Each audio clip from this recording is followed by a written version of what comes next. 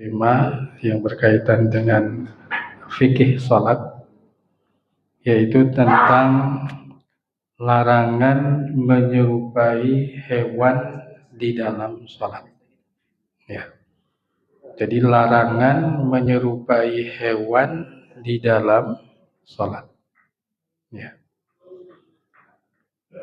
Nah, Bapak Ibu hadirin dan hadirat yang mudah-mudahan dirahmati Allah Subhanahu wa taala. Manusia itu adalah makhluk yang mulia. Sehingga di dalam surat Al-Isra ayat 70 Allah Subhanahu wa taala berfirman, "Wa laqad karramna bani Adama wa hamalnahum fil barri wal bahri wa razaqnahum minat thayyibat wa faddalnahum ala katsirin mimman khalaqa tafdila." Dan sesungguhnya kami telah memuliakan anak-anak Adam. Kami angkut mereka di daratan dan di lautan, kami beri rizki dari yang baik-baik, dan kami lebihkan mereka dengan kelebihan yang sempurna atas kebanyakan makhluk yang telah kami ciptakan. Demikian pula dalam surat At-Tin ayat keempat Allah Subhanahu wa taala berfirman, "Laqad khalaqnal insana fi ahsani taqwim." Sesungguhnya kami telah menciptakan manusia dalam bentuk yang sebaik-baiknya. Nah, artinya apa? Allah memuliakan manusia dari makhluk yang lainnya, dan manusia diciptakan dalam bentuk yang sebaik-baiknya. Sehingga yang membedakan antara manusia dengan makhluk yang lainnya, Allah Subhanahu wa taala memberikan pendengaran, penglihatan, hati dan akal. Ya, mungkin pendengaran, penglihatan ya ada pada makhluk yang lainnya. Tetapi hati dan akal hanya Allah Subhanahu wa taala berikan kepada manusia dan juga jin sebagai makhluk mukallaf. Ya. Nah, ini yang pertama. Kemudian yang kedua, salah satu tujuan ya syariat adalah menyerupai orang-orang yang mulia. Ya. Jadi kita diperintahkan untuk ya menyerupai orang-orang yang baik, orang-orang yang mulia, di mana mereka itu adalah para nabi, kemudian para siddiqin, syuhada, dan juga orang-orang saleh. Maka di dalam setiap salatnya kita meminta kepada Allah Subhanahu wa taala, ihdinas siratal mustaqim. Tunjukilah kami ke jalan yang lurus. Artinya ini adalah doa agar kita diberikan hidayah taufik untuk bisa meniti jalan yang lurus. Nah, jalan yang lurus ini jalannya siapa? Yaitu jalannya orang-orang yang telah Allah Subhanahu wa taala beri nikmat, yaitu jalannya para nabi, siddiqin, syuhada, dan orang-orang saleh. Nah, sehingga apa? Menyerupai orang yang baik, menyerupai orang saleh ya, itu termasuk di dalam ya bentuk amal kebaikan. Nah, demikian pula yang kedua, tujuan daripada syariat Islam ini adalah apa? Larangan untuk tidak menyerupai orang kafir. Jadi larangan untuk menyerupai orang kafir atau non-muslim. Maka di dalam hadis riwayat Imam Ahmad dan Abu Daud, Nabi SAW ya, bersabda, "Man tashabbaha biqaumin fahuwa minhum." Barang siapa yang menyerupai satu kaum, maka dia termasuk dari bagian mereka. Baik itu menyerupai dalam masalah keyakinan, ya, dalam masalah ibadah, ataupun dalam masalah perilaku, ataupun juga akhlak ataupun budaya. Ya. Nah, sehingga ya fenomena tasyabbuh yaitu menyerupai orang-orang non-muslim, ini termasuk di dalam sunnatullah. Ya, artinya apa? Rasulullah SAW itu mengabarkan bahwasannya ada sebagian daripada umatnya yang mereka itu terjerumus ke dalam apa? Ya, bentuk tasyabuh, menyerupai, mengikuti orang-orang apa non muslim. Ya, sampai di dalam hadis Nabi SAW itu apa?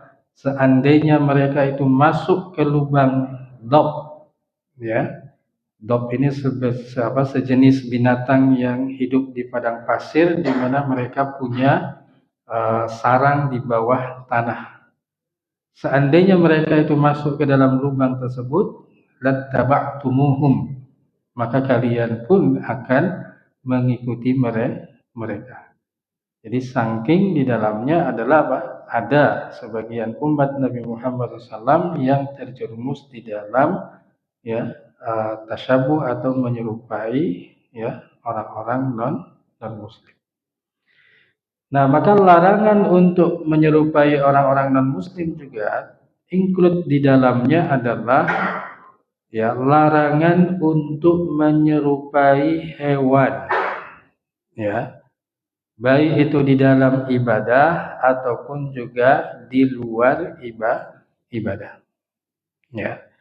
Nah, pada kesempatan yang berbahagia ini kita akan membahas sedikit berkaitan dengan apa? Larangan kita untuk menyerupai hewan di dalam ibadah secara khusus nanti berkaitan dengan sholat. Karena nanti banyak larangan-larangan ini ya berkaitan dengan masalah ibadah sholat. Ya, berkaitan dengan ibadah sholat.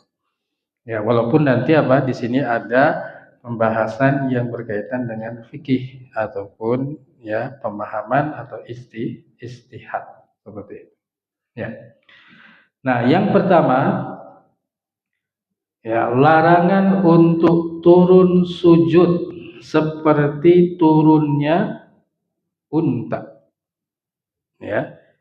Jadi kita tidak boleh ketika bangun dari ruku, kemudian iktidal, kemudian sujud. Nah, proses turun ya untuk sujud ini apa? Menyerupai apa? Seperti unta. Nah, maka di dalam hadis Nabi hilang ini.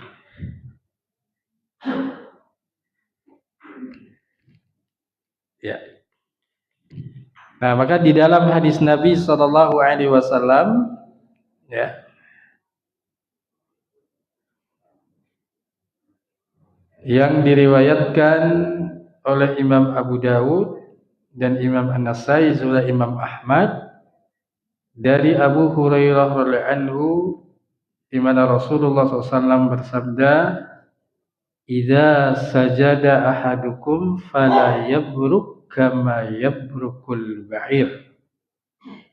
Ya. Wal yasna' yadaihi qabla rukbatayhi. Kalau seseorang itu hendak ya turun sujud, maka janganlah ia turun sujud seperti menderumnya unta. Hendaklah ia meletakkan kedua tangannya sebelum kedua lututnya. Nah, maka apa yang dimaksud dengan ya turun seperti turunnya apa? Unta. Ya. Nah, maka para ulama memberikan penjelasan ya, salah satunya adalah Syekh Salim bin Id Al-Hilali rahmatullah di dalam bukunya Mausu'ah Al-Manahi Asy-Syar'iyyah ya berkaitan dengan hal-hal yang dilarang di dalam syariat ya. Jadi perintah turun sujud dengan mendahulukan kedua tangan ini merupakan sabda Nabi sallallahu alaihi wasallam dan juga perbuatan beliau sallallahu alaihi wasallam sebagaimana yang dikatakan oleh Ibnu Umar radhiyallahu anhu.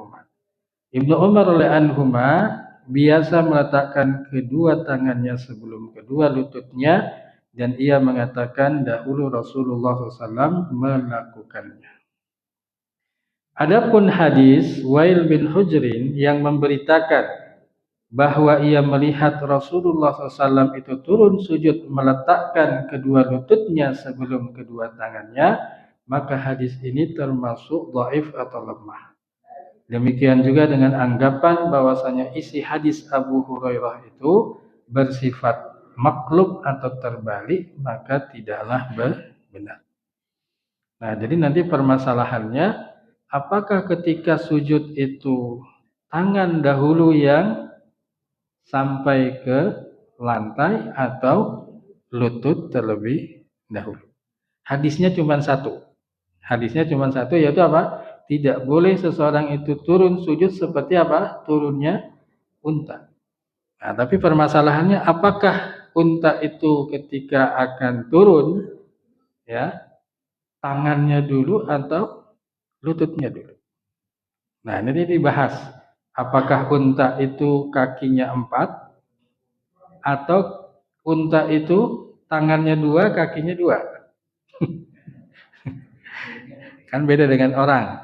Ya, kalau orang 2 kakinya, tangannya 2. Kalau unta itu apakah kakinya 2, tangannya 2, atau hewan berkaki 4?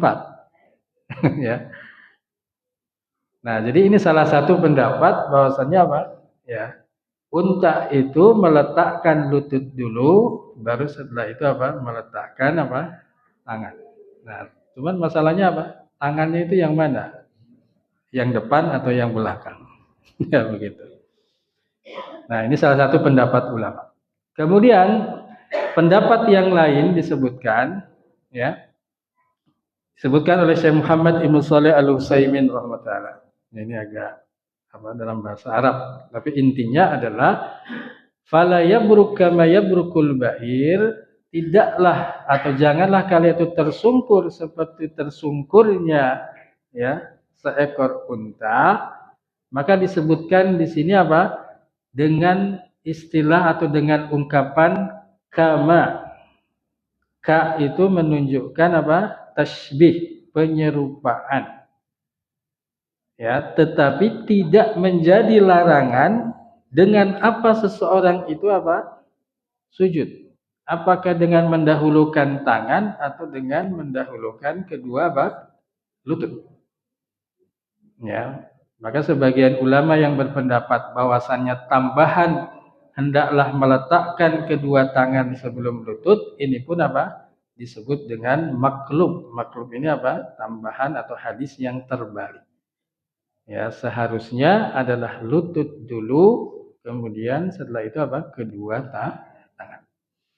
Nah, maka Al-Imam Ibnu Qayyim rahimahullah itu membuat, ya, hampir sekitar, ya, 30 alasan kenapa harus mendahulukan lutut sebelum apa? Tangan. Salah satunya adalah apa?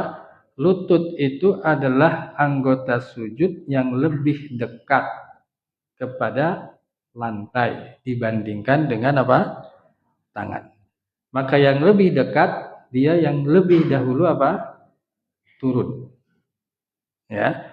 Demikian pula ketika bangkit dari sujud, maka apa? Yang lebih tinggi posisinya yaitu kepala, tangan lebih dahulu apa? Naik, ya, dibandingkan dengan kedua lutut. Maka beliau mengatakan inilah yang disebut dengan keserasian. Ya, jadi memang serasi, ya, kalau kita apa? Meletakkan kedua lutut sebelum kedua tangan. Nah, yang menarik adalah penjelasan Syekh Muhammad Ibnu Shalih Al-Utsaimin rahimahullah adalah kalau yang dipermasalahkan itu lutut dulu atau tangan dulu, maka seharusnya hadisnya tidak mengatakan, ya, fala yabruk kama yabrukul ba'ir. Tetapi hadisnya harusnya dikatakan fala yabruk ala ma yabrukul ba'ir. Harusnya begitu. Ya, ini penjelasan Syekh Muhammad Ibnu Shalih Al-Utsaimin. Jadi sebetulnya yang disebut dengan tersungkurnya unta itu bukan dikaitkan dengan tangannya dulu atau kakinya dulu, karena memang unta itu tidak ada tangannya. Ya. Tetapi adalah unta itu ketika tersungkur menjatuhkan badannya terlebih dahulu. Nah, maka itu yang dilarang. Jadi menjatuhkan badan. Ya. Jadi kadang-kadang kita melihat yang menggunakan atau yang mendahulukan lutut dengan yang mendahulukan ya, tangan itu posisinya sama. Ya. Nah, tetapi ini tidak membedakan sebetulnya. Nah, jadi apa? Syekh Muhammad Ibnu Shalih Utsaimin menyebutkan, ya kalau yang dimaksud dengan hal tersebut, maka seharusnya apa? Hadisnya berbunyi apa? Fala yabruk ya ala ma yabrukul ba'ir. Ya, seperti itu. Nah, jadi ala kulli hal kesimpulannya ini adalah masalah khilaf ya di antara para ulama. Tapi intinya sama, tidak boleh tersungkur seperti apa? Tersungkurnya unta yaitu dengan menjatuhkan badan terlebih dahulu. Ya, menjatuhkan badan. Mungkin saya bisa praktekkan, Pak ya? Ya. Jadi kalau menjatuhkan badan ini langsung begini. Menjatuhkan badan. Tapi kalau misalkan lutut dulu, orang begini. Ya. Atau tangan dulu orang begini. Nah, sebetulnya sama saja itu. Tapi yang tidak boleh menjatuhkan badan. Seperti itu. Nah, jadi intinya adalah apa? Larangan kita untuk menyerupai unta. Ya, seperti itu. Tinggal nanti memahami bagaimana unta itu tersungkur dan lain sebagainya. Ya itulah yang menjadi apa? Perbedaan di antara para ulama. Kemudian yang kedua, ya. Larangan untuk menghamparkan tangan seperti hewan buas. Yaitu dalam posisi apa? Sujud. Maka dalam hadis riwayat Bukhari dan Muslim dari Anas bin Malik dari Nabi SAW, beliau bersabda, "I'tadilu fis sujudi fa wala yabsut ahadukum dhira'aihi in bisatal kalbi." Seimbanglah dalam sujud dan jangan seseorang itu menghamparkan kedua tangannya sebagaimana terhamparnya ya kaki daripada apa? Seekor anjing. Ya. Ini saya berikan gambarnya.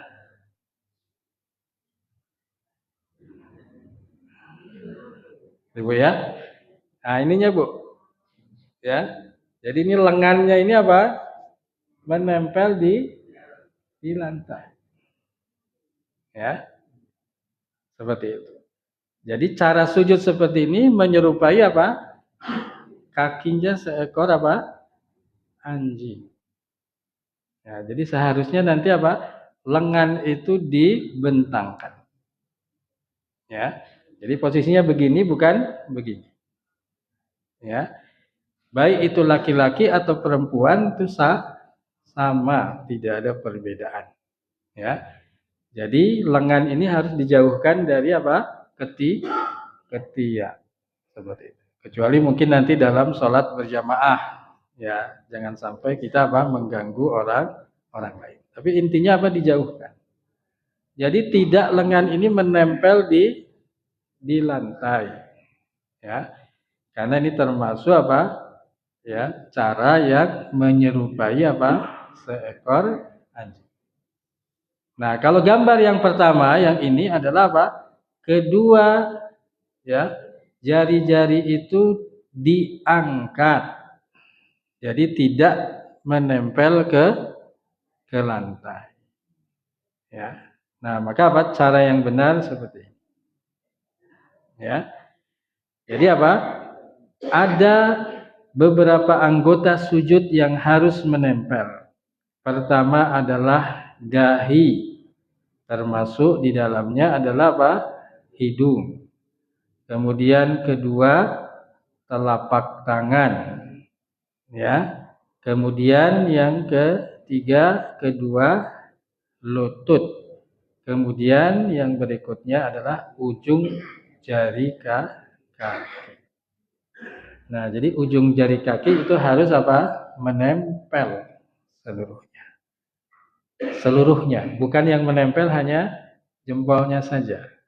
Karena nanti posisi jempol dengan jari-jari yang lain itu berbeda panjangnya. Ya, jadi kalau hanya sekedar nempel itu pasti tidak akan nempel semuanya. Maka dia harus ditekuk jempolnya seperti ini. Ya. Nah, kemudian antara lutut dengan dahi itu harus seimbang. Tidak boleh terlalu panjang seperti orang mau push up, ya. Tidak boleh juga terlalu pendek kemudian membungkuk, tetapi punggung itu lurus simetris seperti itu, ya. Sehingga nanti kalau misalkan terlalu panjang ya capek menahannya. Kemudian kalau terlalu bungkuk pun juga dia akan capek. Tapi yang seimbang itulah yang sebetulnya semua anggota sujud itu ya istilahnya ajeb, ya, sehingga dia bisa sujud dengan waktu yang lama, ya, seperti itu. Nah, ini yang kedua. Jadi tidak boleh kita menyerupai seekor anjing ketika sujud. Kemudian yang ketiga, tidak boleh menoleh seperti musang, ya, atau tupai. Tupai atau musang itu hewan yang sering tolah-toleh, ya, seperti itu.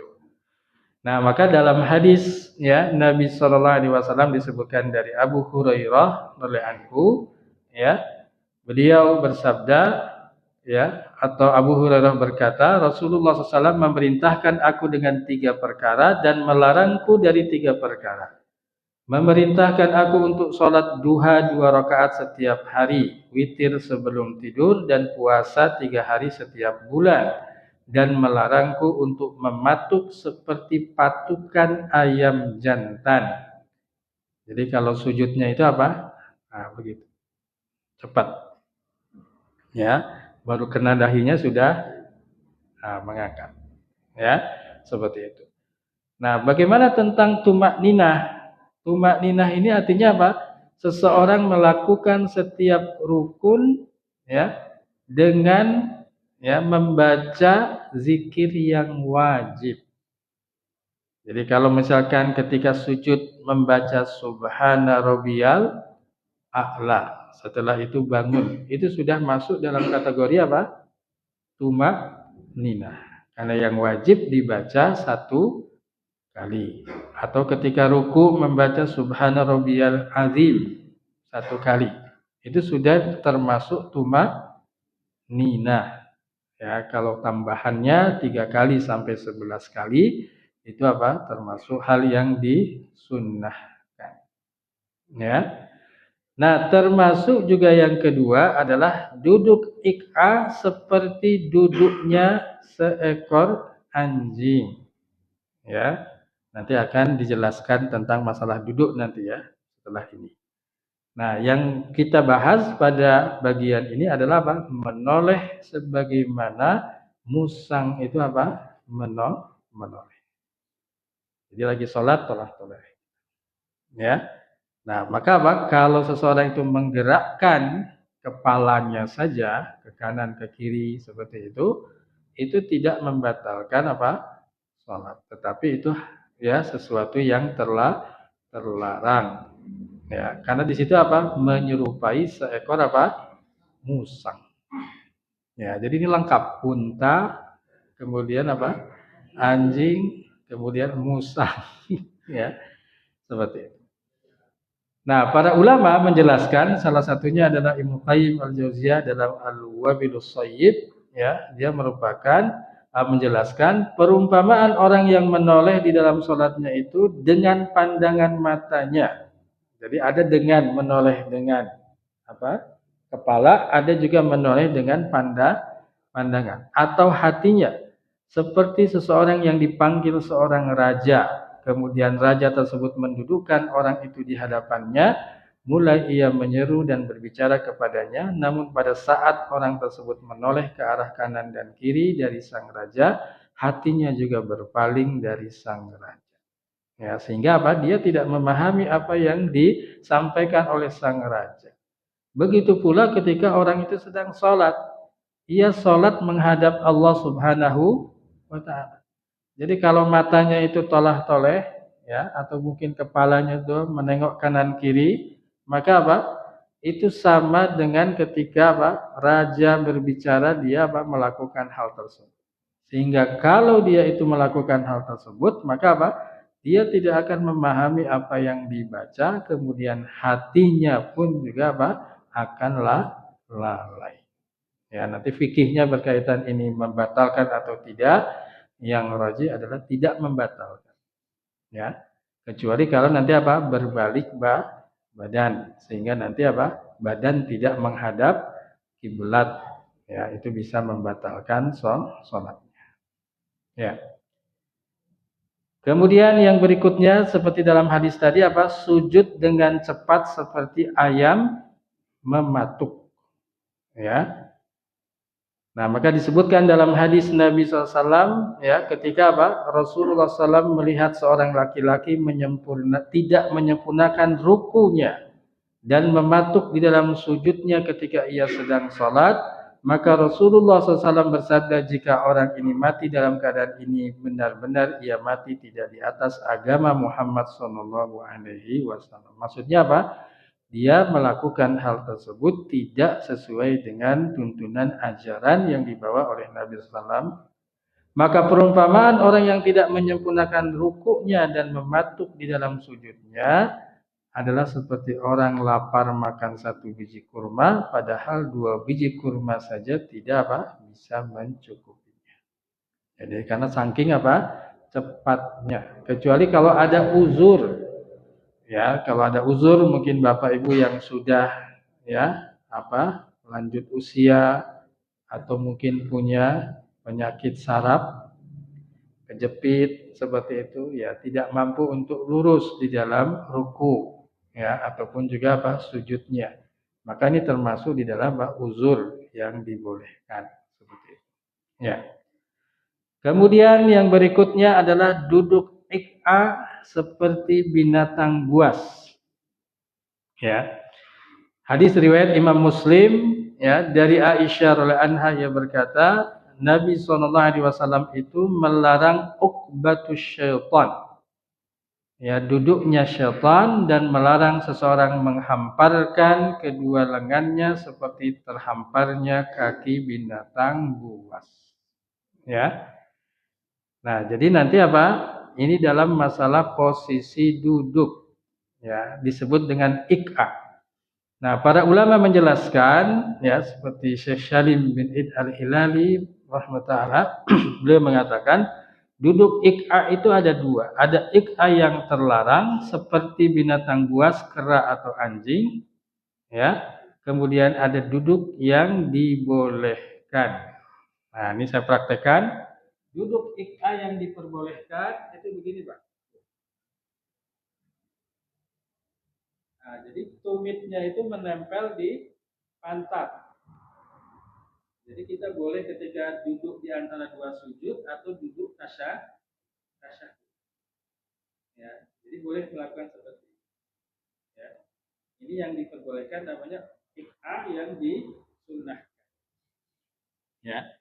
Sedangkan selain itu nanti termasuk apa? Iq'a yang dilarang. Ya. Nah, ini ada gambarnya duduk iq'a ini, ya.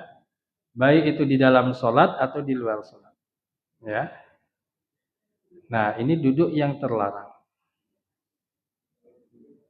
Ya. Ini biasanya banyak di pas hari Jumat seperti itu. Ya. Atau begini, duduk yang terlarang. Ya. Atau seperti ini, duduk yang terlarang. Nah, ini dua duduk yang terlarang, atau satu di dalam sholat, satu duduk di luar sholat. Ya. Nah, yang dianjurkan adalah seperti ini. Ya. Jadi kalau misalkan ya kita lagi ada uzur, capek atau apa, kita bisa melakukan seperti ini. ya. Baik duduk di antara dua sujud, ya, atau nanti duduk di tasyahud apa? Tasyahud awal. Ya, sedangkan tasyahud akhir memang apa? Nanti duduknya adalah tawaruk, ya, seperti itu. Nah, jadi kita bisa melihat Bu ya, ini ya gambarnya seperti itu. Ya. Jadi yang pertama ini di luar sholat, yang kedua di dalam sholat, ini tidak boleh caranya begini atau juga begini. Ya, mungkin ada yang mengatakan ini bagus untuk kesehatan. Ya, kalau untuk kesehatan ya boleh, tapi di luar apa? Di luar sholat. Tapi ini duduk yang terlarang sebetulnya. Ya, terlarang. Nah, yang benar seperti ini. Ya, begitu. Ini namanya uqbatus syaitan. Ya. Nah, kemudian yang berikutnya adalah apa? Menggerakkan tangan ketika salam seperti ekor kuda. Ya, jadi ketika salam ke kanan, assalamualaikum. Tangan ke kiri, assalamualaikum. Tangannya yang digerakkan. Ya, kita ya sering melihat juga seperti itu. Nah, maka hadisnya dalam riwayat Imam Muslim ya dari Jabir bin Samurah radhiyallahu anhu ia berkata, aku sholat bersama Rasulullah Shallallahu Alaihi Wasallam. Kami dahulu jika salam dari sholat kami mengisyaratkan dengan tangan kami, assalamualaikum. Kemudian apa?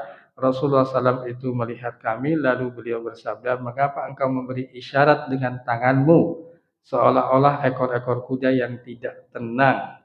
Jika seorang dari kamu salam dari salatnya, hendaklah ia menoleh kepada saudaranya dan janganlah ia memberi isyarat dengan tangannya.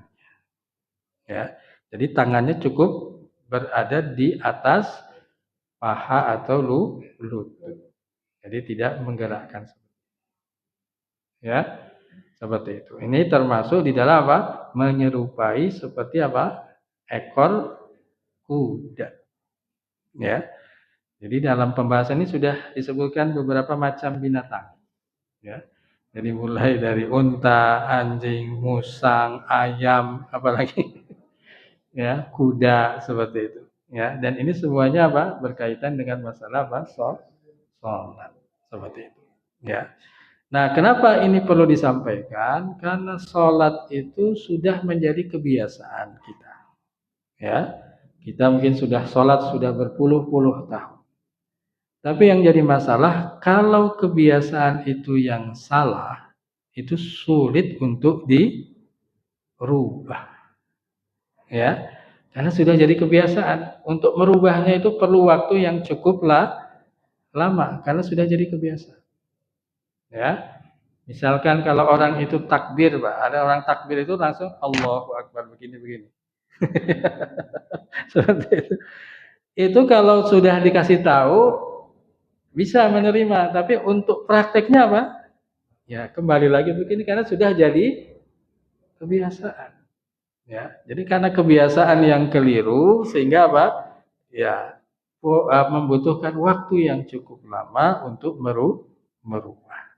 Ya, bahkan mungkin kebiasaan itu sudah berpuluh-puluh tahun kita lakukan.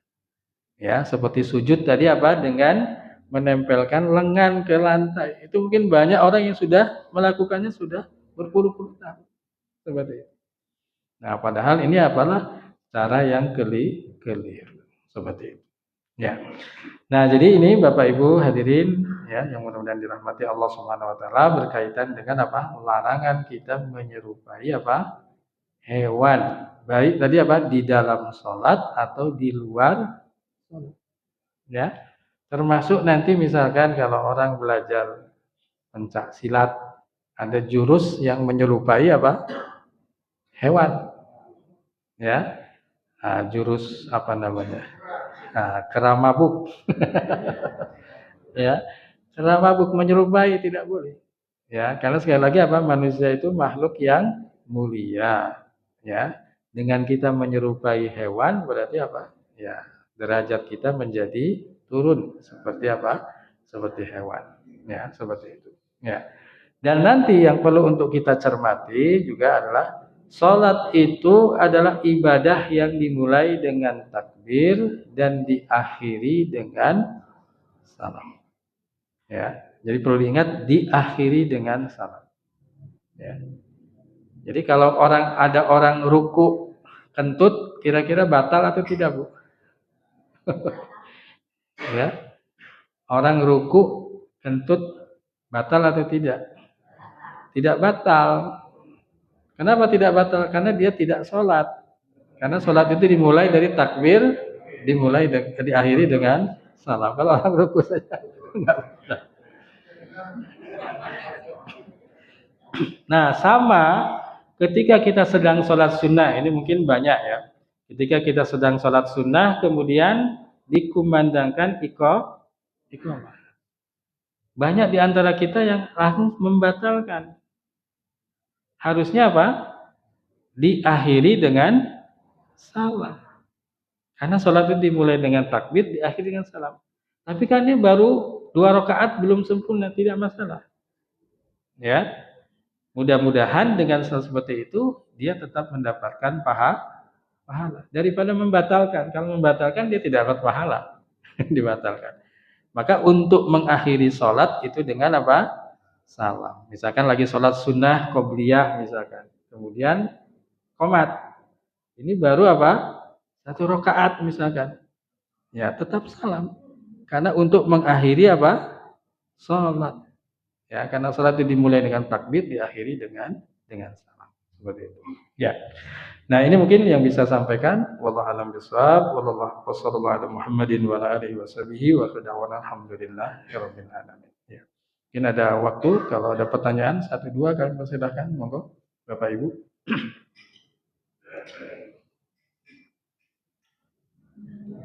Oke, silakan Pak. Waalaikumsalam.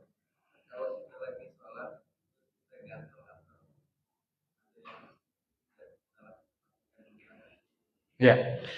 Nah, jadi bergerak di dalam sholat itu ada 2. Pertama, bergerak yang itu berkaitan dengan kemaslahatan sholat. Ya. Dan yang kedua, bergerak tanpa kemaslahatan sholat.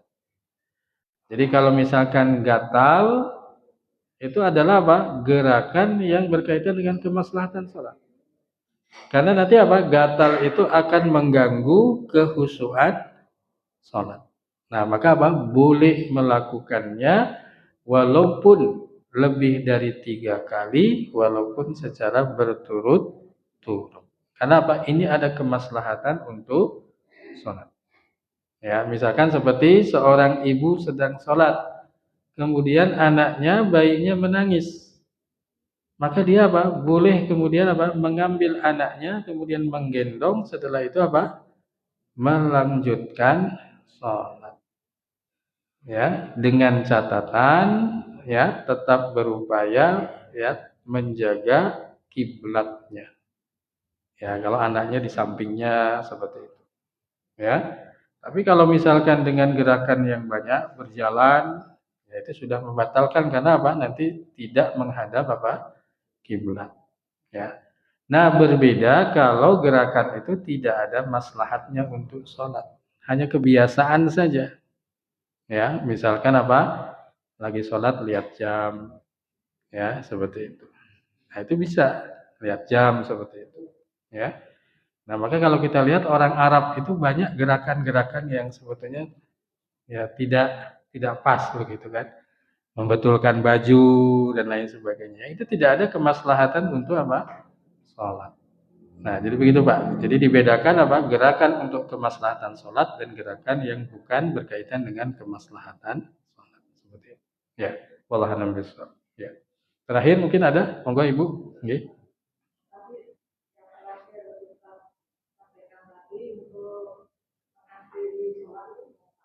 Nggih.